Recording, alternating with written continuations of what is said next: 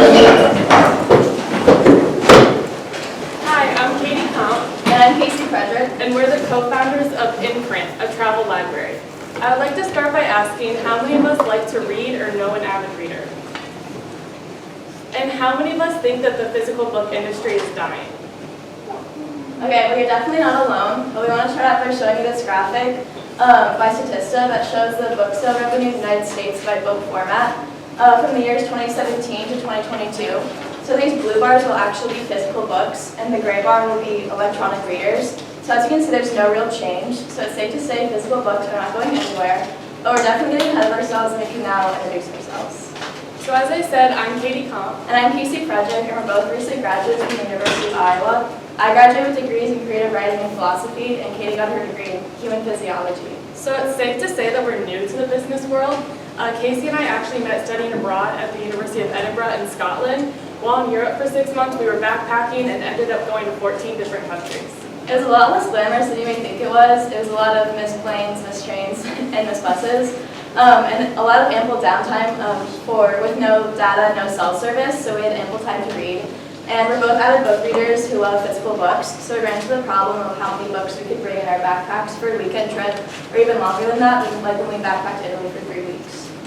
So to reiterate the problems we faced, there was not enough space to pack the physical books we wanted to bring. Those books added excessive weight to our luggage, and there was an inaccessibility of physical books when traveling. If we wanted to buy more books, it could be pretty expensive to buy them at bookstores. And then when Katie and I returned to the United States, we faced the same problem because we both love to travel still. And so we thought to ourselves, surely other domestic travelers have the same problem. And through our customer discovery, we've proven our problem, or confirmed our problem. So out of our 70 customer discovery interviews so far, over 76% prefer physical books.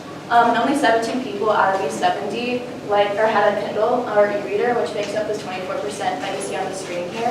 The interesting thing about the 17 that had a Kindle or e-reader, 10 of them when traveling would bring both a physical copy and a Kindle when traveling.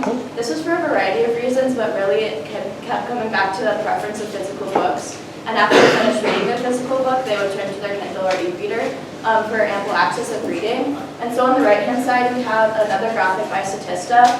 In 2020, Statista did a poll of over 14,000 Americans aged over 18, and over 70% had a preference for physical books, broken into printed new books and printed old books. So we just wanted to show our customer discovery on a larger scale that printed books are still the preference and people still read. So our current solution is Imprint, the first rental bookstore that allows travelers to check out a book at their departure and either return it at their destination or when they get back home. So that's a lot of words to throw at you, so we wanted to break it down visually. So on the left-hand side, we have a typical book life cycle for books coming from bookstores. So you'll go into a bookstore, you'll buy a book, you'll read it and enjoy it, and then you'll take it home with you just for it to go back on your home shelf to sit there for the rest of its life. On the right-hand side, we have Imprint's more eco-friendly solution. So we're envisioning you going into an Imprint location, checking out a book, reading it, enjoying it, then returning it to a participating Imprint location where someone else could check out the same book, read it and enjoy it, and return it to another Imprint location. So that's because we believe knowledge is meant to be shared and we want to share it. So that brings us to our minimum viable product. Imprint's MVP is a book vending machine. Think Redbox, but for books. When talking to people and interviewing them for customer discovery, we would often ask them what they envision an Imprint space to look like. And they would often say a physical space, like a bookstore or a cafe, just somewhere where they can go and see the inventory to browse. But that's pretty high capital to have those physical spaces. So we're wanting to start with a book vending machine at airports. So our early adopters can use this book vending machine. We can establish a customer base, proof of concept, gain revenue, and then eventually move to those physical spaces. So like Katie said, we'll start with airport terminals. Marketing Imprint services as a value addition to these establishments, maybe partnering with an airline to help distinguish themselves from competition, and then later expansion into hotel lobbies and Airbnbs. So this is our go-to-market plan. Katie and I have friends in the travel influencing industry, and they're really excited about our idea. So once we're ready, they're willing to share our idea with over 300,000 followers. We're also excited to share our pilot partners. Right now, we're talking with the CID Airport, the Cedar Rapids Airport, and Hawkeye Hotels for our beta to launch this July. So travelers will be able to, that coming into the CID Airport, will be able to check out a physical book and return it at a partnering hotel in either the Cedar Rapids or Iowa City area, and either return it at the hotel or back at the CID Airport, whatever's most convenient for them. And we're also talking to the public library about our inventory of books to help us out with that. And then for our market size, there's 687 million domestic travelers, and the domestic airport retail is a $645 million industry. When Casey and I first started this business, we were looking international and targeting backpackers in Europe. But after talking to our business coaches and doing more customer discovery, we found that there's also a market domestically targeting older individuals, people who travel often for business and love to read. So currently we're doing tons of customer discovery, looking at different customer segments to see what's the best market to start with and break into. And then for the competition, like we mentioned, there's e-readers and Kindles, bookstores, and then certain airport bookstores have a read and return program where you can buy a book and then return it for a 50% refund. But through talking to people with customer discovery, a lot of people find this frustrating because you need the receipt in order to get the refund, and it's really easy to lose that piece of paper. So that brings us to Imprint's premium advantages, which will be found on our app that we're currently developing. On the app, you'll be able to keep track of your rental information, so you have no receipt to keep track of or lose. You'll be able to locate the nearest Imprint location to you, which will be vital, especially when you're traveling. You'll be able to get recommended book titles based on your recent book ratings and reviews, and you'll be able to browse the inventory ahead of time. These are all aspects to our app that we're including based on our customer discovery feedback. So our app, along with our early adapters utilizing our vending machines, this will make Imprint Travel Library perfect to utilize or to maximize the space in your travel bag to better enhance your travel experience. Thank you for your time.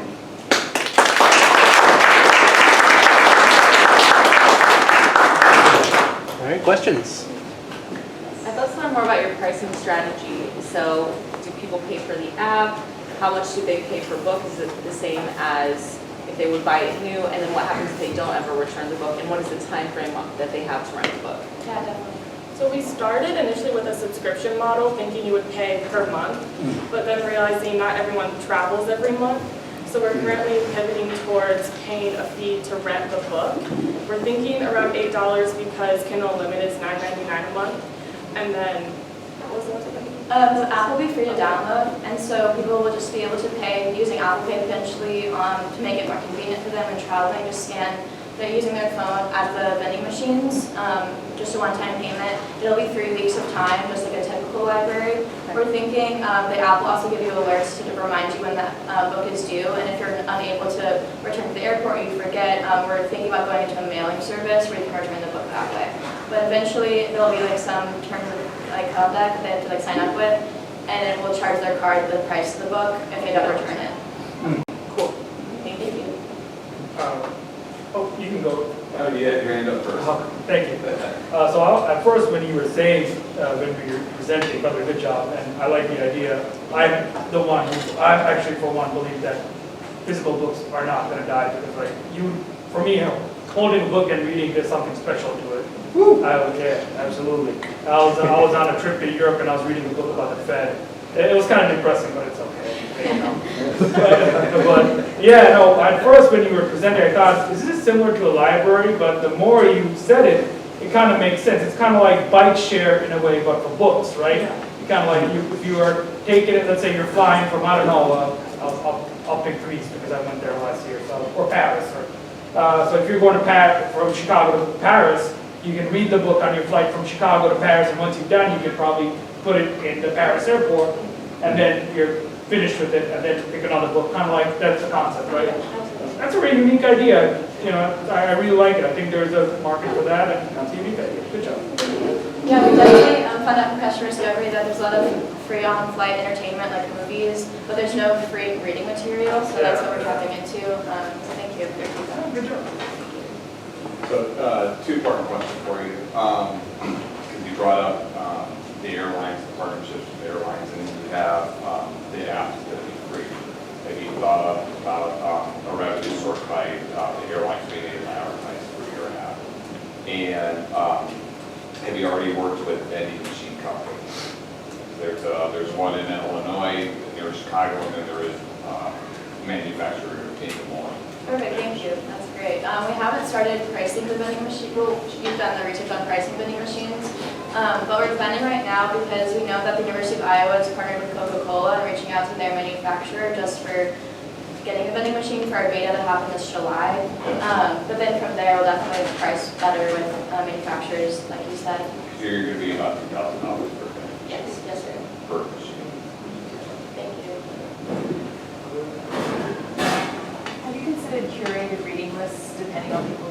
information. Yes, yeah, we actually got that feedback yesterday through our customer discovery interview. So yeah, we're considering that for sure. Thank you. So considering vending machines, who owns the machine itself? Because I know there's some, so I think, at least not being too familiar with it, I think there's some businesses where they own the machines. There's some businesses where they have affiliates or franchises or something who own the machines. So who owns these machines? Yeah, that's definitely something we have to look into. The research I was doing was more, we would buy the machine and own the machine, but then you'd have to pay rent or like an installation fee if it was at an airport or hotel or wherever. And then normally, like the landlord or whoever the vending machine is, you have to pay like 5 to 20% of your profits for like your rent. You can usually get around that these days. I think your idea is new and fresh, so I think that they could possibly pass by in the future.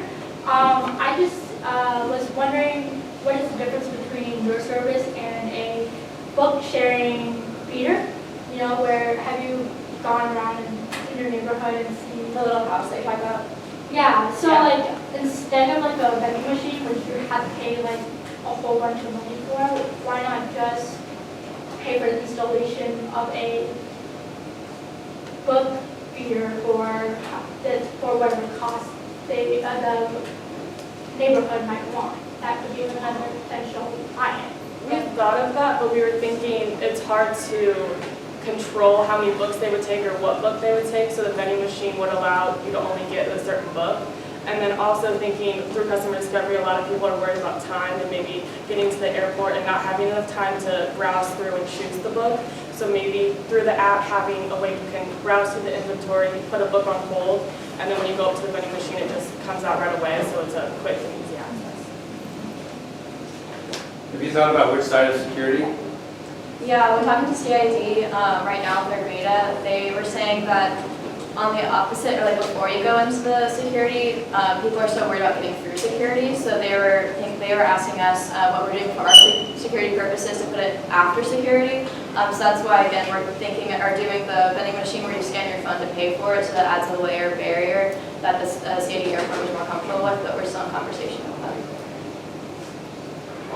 Library is nice because you have so many, you have a really big book selection there, like tens of thousands there. In a vending machine, you probably only have, a couple dozen. What do you guys plan to do to like make sure that the couple dozen you put in there are like the ones your customers want? Definitely. So typical Redbox for like movies can hold up to 700 movies. So we're hoping potentially the vending machine would be able to hold that and utilize smaller paperback books. And then doing our research in bookstores, typically they have the top 10 best New York Times bestsellers. For those that will be popular, so our romance and then business and finance books. So just maintaining that upkeep to make sure even when they return the books, someone would have to go refill the kiosk to make sure those books are still available. What do you do about the quality of the book? Because unlike a bookstore, if it's getting battered around in someone's luggage and then going back out to rent for somebody else, what's that process look like, and how expensive is that going to be to upkeep all of their different kiosks with that manual labor of going in and checking the books to make sure they're still of quality? That's a good question. I have my to-do list to talk to the public library and kind of get their side of how, one, just how many books they buy and how frequently they have to reestablish their stock, and then talking to them about how they handle when books get torn and everything. So definitely getting some advice from them. And potentially, depending on how bad the damage is, maybe charging, but we'll definitely have to look into that and see your feedback. One point, in terms of security, I better put it after people go through security as someone who travels a lot. Before security gets chaotic, I think kind of mind is free. And the second point I want to make, so is it going to be users putting books in the system, or are you working with publishers or like authors to put their books? Because the publisher side could be a bit challenging because publishers want to make money and not necessarily care for people sharing books. Yeah, so I have connections in the publishing industry from my career here at the University of Iowa. So potentially, hopefully, we'll partner with them potentially for inventory, because also a lot of bookstores, like Barnes & Noble, have warehouses full of books that they haven't sold, and they usually will rip the front cover and the back cover and recycle them if they're not sold. Yeah. So potentially partner with them to get our initial inventory so we can save books. Real quick, have you considered a what would happen if there was a layover of some kind and a person couldn't get on time to like return the book? Have you thought of maybe doing like a renewal program of like, oh, I'm not finished with this book yet, can I actually return it at this airport? Or, oh, I've missed my plane. Yeah. Like, have you thought of that sort of thing? We've definitely thought about that because the the public library has like a website service where you can renew your checkout there. So if they know they're not going to finish the book in a 3-week period, they can renew it. I think you can renew up to 2 times at the public library, so we'll offer the same thing. But just again, they'll have their credit card on file so that if they miss it the 3rd time, they'll be charged. Often with vending machines, there's an add-on. If you've ever seen it, like especially at hotels where they'll have deodorant, Band-Aids, dental floss, things like that. Have you thought about how to be able to cross-sell similar merchandise or relatable merchandise where you add an extra piece to the vending machine that you can purchase? We haven't thought about that. Sorry to interrupt you. We haven't thought about that, but that's a really great feedback point. Because like on a standard vending machine, that can equal up in between $100 to upwards of $700 a month for that.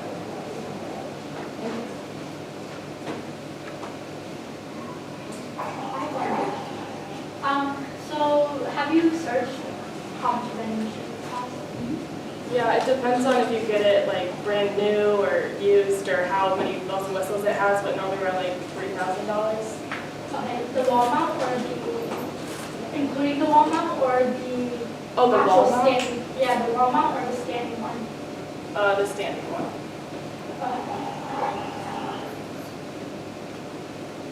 Just read the curated list and the partnering with publishers and the add-on idea. I can see maybe working with publishers to market specific titles and things of this nature. Like, are you thinking about partnering to maybe make other big income streams later on? Absolutely, and we know that Penguin Random House in the UK has a vending machine already.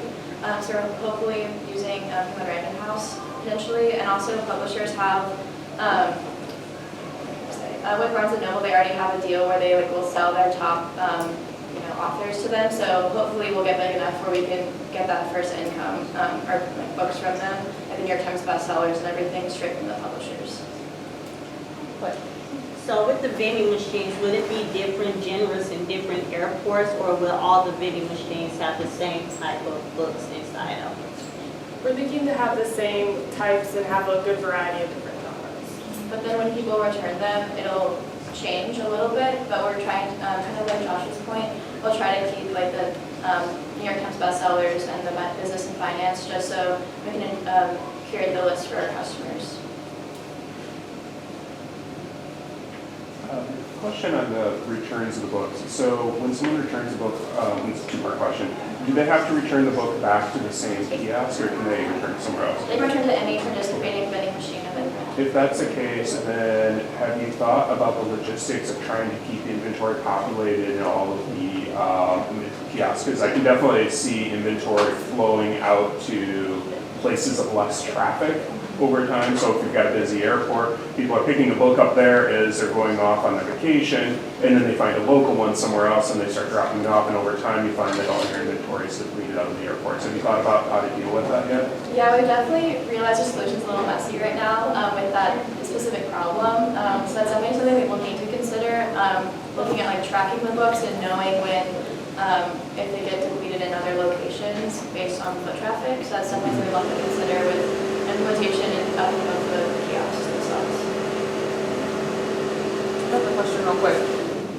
What do you plan to do if there is a vending machine error? Specifically, I mean, it happens all the time, you'll see like your like snack will get stuck or something. Do you guys have a plan for that, or is that something you consider? Or is it like the type of vending machine you have considered, and what sort of thing?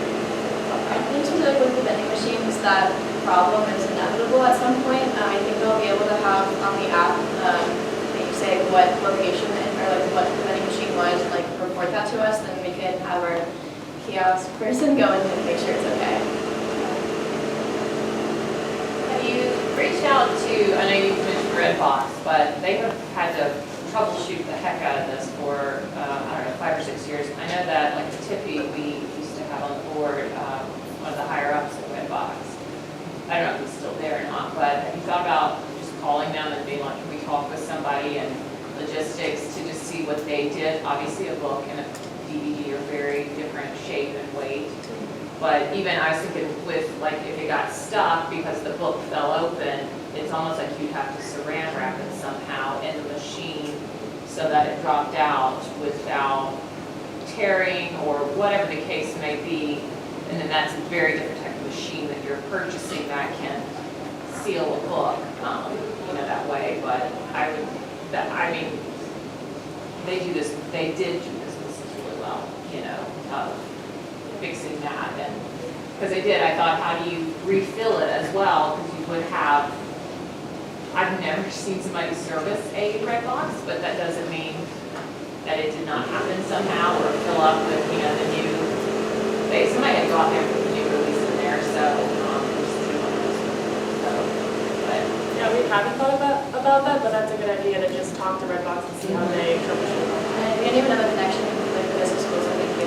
Yeah, Bart Thomas would be a good person at the Tippy College business. She knows who he is and can help you plan there.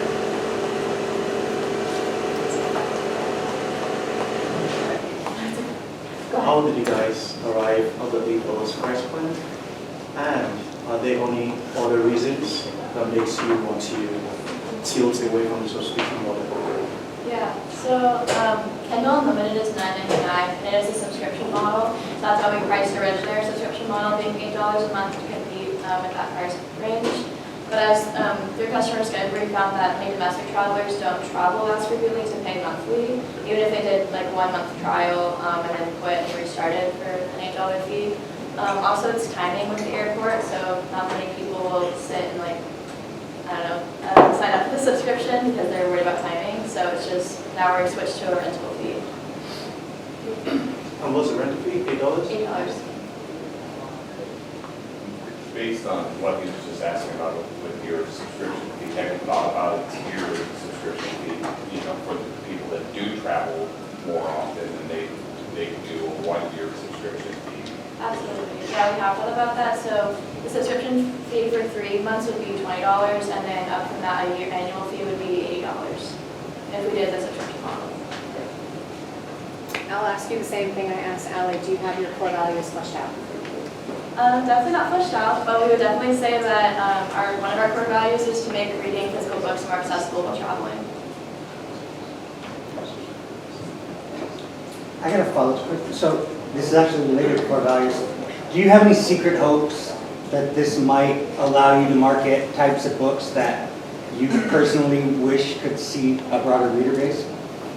Yeah, that would be great. I've actually written a novel, so I'd love to put my book there, but that's way in the future. Maybe there could be an indie writer corner. Yeah, that would be really awesome. Any other questions? If not, I'll ask our traditional final question. What can we as a community do to help you? So if anyone loves to travel and read, we would love to talk to you. And also, if you're traveling to the CID airport in July, I have a business card with a QR code that you can scan for more information about our beta. Thank you. Very good.